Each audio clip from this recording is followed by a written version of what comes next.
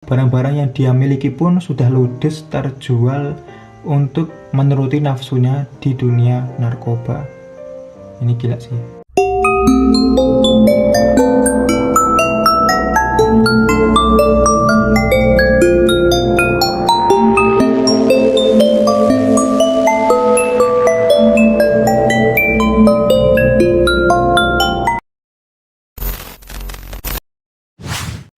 Assalamualaikum warahmatullahi wabarakatuh. Halo teman-teman semua, apa kabar kalian semua? Semoga kalian baik-baik saja ya.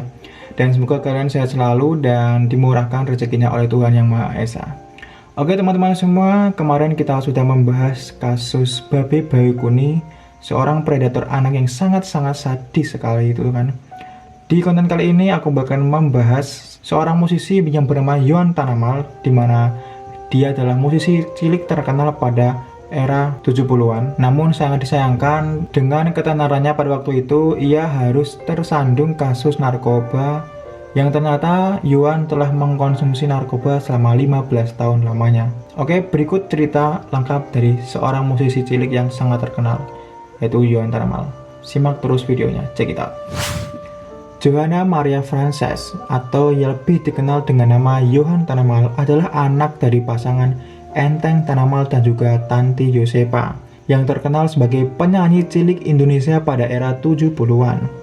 Nah, Yohan lahir pada 6 Oktober 1971, di mana Yohan sukses di album pertamanya yang diberi judul Si Kodok, sehingga membawa namanya sejajar dengan penyanyi-penyanyi cilik pada masa 70-an seperti Cica Kuswoyo, Bobby Sandora, Adi Bing Slamet, dan Seriok Koswoyo. Tidak heran namanya langsung melejit dan lagu Si Kodok dan lagu Goyang-Goyang juga menjadi lagu yang banyak dinyanyikan anak-anak pada masa itu. Album lainnya juga ternyata hits juga gitu loh, antara lain album Aku Sedih, Yohan Sakit, dan bahkan lagu Mandi Pagi pada waktu itu menjadi lagu iklan sebuah sabun mandi keluarga. Namun dengan sejumlah prestasi yang ia peroleh, sayangnya, Yohan tersandung kasus narkoba pada tahun 2002. Sangat disayangkan sekali sih, Yohan adalah anak dari pasangan musisi dan artis terkenal yang bernama Enteng Tanamal dan juga Tanti Yosefa ini telah mengonsumsi narkoba selama kurang lebih 13 tahun lamanya. Yohan juga memiliki seorang adik yang bernama Petrus, sang ibu yang memiliki nama lengkap, yaitu Maria Yosefa Sri Sukartanti yang lahir di Solo 22 Maret 1950 dari orang tua ningrat pasangan KRT Gondokusuma dan Sri Sukartanti. Tanti Yosefa dibesarkan di Jogja dan telah menyelesaikan sekolah SMA di Jogja sebelum ia memutuskan untuk pindah ke Jakarta dan menekuni dunia seni peran. Lalu ayah Yohan yang bernama Enteng Tanamal adalah seorang musisi kelahiran Fak-Fak Irian Jaya, Papua yang telah lahir 4 Oktober 1944. Nah, sejak lahir ayahnya itu sangat aktif bermain musik-musikan pada waktu itu, sehingga pengalamannya di bidang musik sangat-sangat luas. Dan ternyata Pak Enteng Tanamal ini sudah berkolaborasi dengan penyanyi-penyanyi hits pada eranya. Musisi kondang yang bernama Bro Eri Marantika dan juga Idris Sardi adalah salah satu beberapa penyanyi yang telah berkolaborasi dengan Pak Enteng pada waktu itu. Nah, si Yohan yang lahir dari keluarga seniman membuat Yohan ketularan bakat seni orang tuanya. Saat usia Yohan 6 tahun, ia mencoba kemampuannya di dunia musik dan menerbitkan album perdananya di tahun 1977. Dan album itu di bawah naungan orang tuanya loh, yaitu ayahnya sendiri, dikarenakan kan ayahnya adalah musisi kondang pada waktu itu. Dengan pipi yang cabi dan rambut diikal, Yohan telah sukses membawakan lagu anak-anak, sehingga lagunya sangat hits pada waktu itu. Namun nih, karirnya nggak bertahan lama, hingga pada tahun 2002 muncul berita baru tentang Yohan, di mana dia tertangkap telah melakukan transaksi narkoba di sekitar Jakarta. Dan saat itu, waktu ditangkap, Yohan itu berusia 30 tahun. Yang menjadi pertanyaan adalah, ada apa dengan Yohan gitu? Seorang penyanyi cilik yang cukup sukses, terkenal juga pada waktu itu, ia malah melakukan hal-hal terlarang. Dan padahal karirnya juga sudah lumayan bagus kan. Dan konon katanya, Yohan mengaku melakukan hal terlarang itu sejak usianya 17 tahun. Ia bilang sudah bandel sejak dia SMP. Dan ia semakin menjadi-jadi sejak dia SMA. Nah, kenapa Yuan harus melakukan itu gitu loh? Apakah karena perceraian dari orang tuanya sehingga Yuan harus melakukan hal terlarang itu? Namun menurut Yuan nih, tidak ada hubungan perceraian dari orang tuanya sama sekali. Hingga dia berkata, hal buruk yang dia lakukan telah berasal dari dirinya sendiri. Nah, saat duduk di bangku SMA nih, Yuan sudah mulai mengenal berbagai jenis narkoba dan juga pergaulan teman-temannya yang punya masalah juga pada waktu itu. Dan biasanya kalau mereka punya masalah, pasti melampiaskannya ke narkoba. Yang mereka pikir pada waktu itu, melakukan narkoba dapat meredakan sejenak permasalahan hidup. Berbagai jenis narkoba telah dia gunakan termasuk obat penenang seperti Mogadon, Rohypnol, Dumolit, dan juga ganja pada waktu itu. Bukan hanya narkoba, ternyata Yuan pun juga terlibat minum-minuman keras gitu loh. Waduh. Lalu fisik Yuan mulai berubah serta sikap dia juga berubah saat sekolah SMA. Saat sekolah SMA-nya mengetahui perlakuan dia saat duduk di bangku SMA kelas 3. Akhirnya pihak sekolah memanggil sang ibu yang bernama Tanti Yosefa untuk datang menghadap ke sekolah. Lantas pihak sekolah menyampaikan kekhawatiran kondisi Yuan sebagai pecandu narkoba pada waktu itu. Lalu sang ibu itu tidak membela sama sekali Yuan. Sang ibunya itu menerima sanksi apa saja yang diberikan oleh sekolah.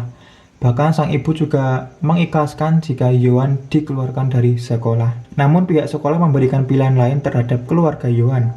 Dengan catatan Yuan harus wajib lapor setiap 2 jam sekali selama 2 minggu kepada guru BK-nya. Hal tersebut dilakukan oleh sekolah dikarenakan ya sekolah pengen Yuan itu sadar dan tidak di bawah pengaruh oleh narkoba. Lalu sang ibu menerapkan terapi sendiri di rumahnya dengan cara Yuan dikasih makanan dan minuman sehat serta Yuan diwajibkan mandi dengan air panas dan juga air dingin. Terapi itu terus dilakukan setiap hari sampai beberapa minggu dan akhirnya terapi itu berhasil dilakukan. Sehingga Yuan terlepas dari pengaruh narkoba dan juga miras. Dan akhirnya Yuan lulus SMA. Dan akhirnya Yuan melanjutkan kuliah D3 Sastra Inggris di Universitas Indonesia. Wow, keren sih ini. Lalu setelah beberapa bulan kehidupan Yuan berjalan normal. Namun nih, di tahun 90-an, sang ibu Tanti Yosefa didiagnosa terkena kanker kelenjar getah bening. Dan bukan hanya kelenjar getah bening, ternyata kanker darah juga. Lalu Yuan merasa shock mendengar vonis dari dokter itu, di mana kata dokter, ibunya hanya bisa bertahan beberapa bulan saja.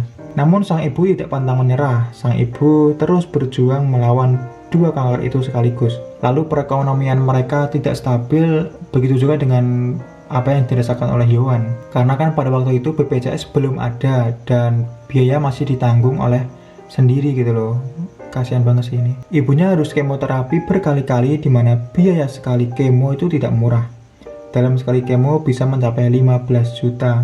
Namun nih, sang ibu itu membantah vonis dokter yang katanya hidupnya akan berlangsung cuma beberapa bulan saja. Ternyata sang ibu bisa membuktikan hidup beliau bertahan beberapa tahun setelah statement itu yang dikeluarkan oleh dokter. Hingga akhirnya sang ibu meninggal di tahun 1998 dikarenakan penyakit jantung. Yuan lantas sangat sedih sekali dengan kepergian sang ibunda. Dan dia ikut mengantar jenazah sang ibu untuk dimakamkan di makam keluarga di Imogiri, Bantul, Yogyakarta. Karena di Bantul adalah permintaan terakhir dari sang bunda. Yuan yang ditinggal sang ibu sangat terpukul dan berduka. Dia waktu itu harus mengurus adik satu-satunya dan dia merasakan cobaan yang sangat amat berat. Yuan jadi pesimis dan menyalahkan semuanya. Dia lebih banyak mengurung diri di dalam kamar dan menangis setiap saat, sehingga dia sangat putus asa pada waktu itu. Lalu dia mengambil jalan pintas dan jalan semu untuk mengatasi masalahnya. Dia lantas lalu kembali ke jalan terlarang, yaitu narkoba. Nah, konon katanya pada waktu itu Yuan sudah bekerja di dunia grafis sesuai hobinya, yaitu menggambar. Di saat itulah dia mencoba putau dengan cara dihisap hingga disuntik. Ngeri juga ya kalau mendengar kisah ini dan lumayan sedih juga sih seorang Yuan. Kecanduannya semakin parah. Dalam sehari dia bisa menggunakan 2 gram putau yang bisa menghabiskan uangnya sekitar 500 ribuan per hari. Mirisnya nih ya, saat dia bekerja itu si Yuan harus menggunakan putau ini setiap 1 jam sekali gitu loh. Gila sih, kecanduan banget ini. Hingga pada suatu ketika di loker meja kerjanya ditemukan beberapa alat penghisap narkoba. Wah, ngeri. Meski kondisinya yang sedang kacau ini, Yuan tidak pernah melupakan adiknya yang bernama Petrus Tanamal. Dan Yuan selalu menanggung biaya kebutuhannya. Nah, karena kecanduannya nih, atas usul seorang sahabat, Yuan mencoba berobat ke psikiater untuk menghilangkan rasa kecanduannya itu. Namun, setelah berobat, tetap tidak berhasil. Yuan malah semakin dalam terjerumus di lingkaran narkoba, hingga akhirnya dia harus berhenti bekerja karena hidupnya kacau pada waktu itu. Barang-barang yang dia miliki pun sudah ludes terjual untuk menuruti nafsunya di dunia narkoba. Ini gila sih. Sampai-sampai Yuan pernah merasakan hidup lontang-lantung di jalanan selama 1,5 bulan. Dia tidur di rel dan makan hanya sekali sehari. Hingga suatu ketika dia pernah overdosis dan dia pernah merasa ingin bunuh diri konon katanya. Nah, di masa-masa sulit itulah pada Juni 2002 Yuan Tanamal tertangkap tangan oleh polisi saat dia membeli putau di kawasan Manggarai, Jakarta Selatan. Lalu Yuan ditahan di Polsek Tebet, Jakarta Selatan. Sidang kasus Yuan digelar di Pengadilan Negeri Jakarta pada bulan Agustus 2002. Ia didakwa membeli setengah gram putau dari bandar narkoba pada waktu itu. Lalu dia dijatuhi hukuman 1 tahun penjara dan didenda uang yaitu sebesar 3 juta rupiah. Nah, setelah menjalani masa tahanan dan ternyata Yuan mendapatkan keringanan tahanan, sehingga pada akhir bulan Mei 2003 Yuan dibebaskan cuy. Dia terbebas dari narkoba dan tidak masuk di panti rehabilitasi. Hingga kini Yuan aktif di organisasi rohani dan menyebarkan hal-hal baik mengenai kehidupannya dan jangan hidup seperti masa lalunya Yuan. Oke, itu tadi cerita sebuah kisah dari Yuan, sang musisi cilik yang pernah terkenal pada era 70-an itu, yang akhirnya beliau tertangkap narkoba yang harus menyebabkan beliau masuk ke dalam bui penjara pada waktu itu. Oke, sekian dulu cerita kali ini. Semoga kalian yang menonton suka dengan cerita kali ini. Jika kalian menyukainya, jangan lupa like, subscribe, dan juga komen di kolom komentar. Dan jika saya kurang dalam bercerita, please komen di kolom komentar, kita berdiskusi bareng. Oke, sekian dulu cerita kali ini dan sampai jumpa di cerita berikutnya. Assalamualaikum warahmatullahi wabarakatuh. Ciao.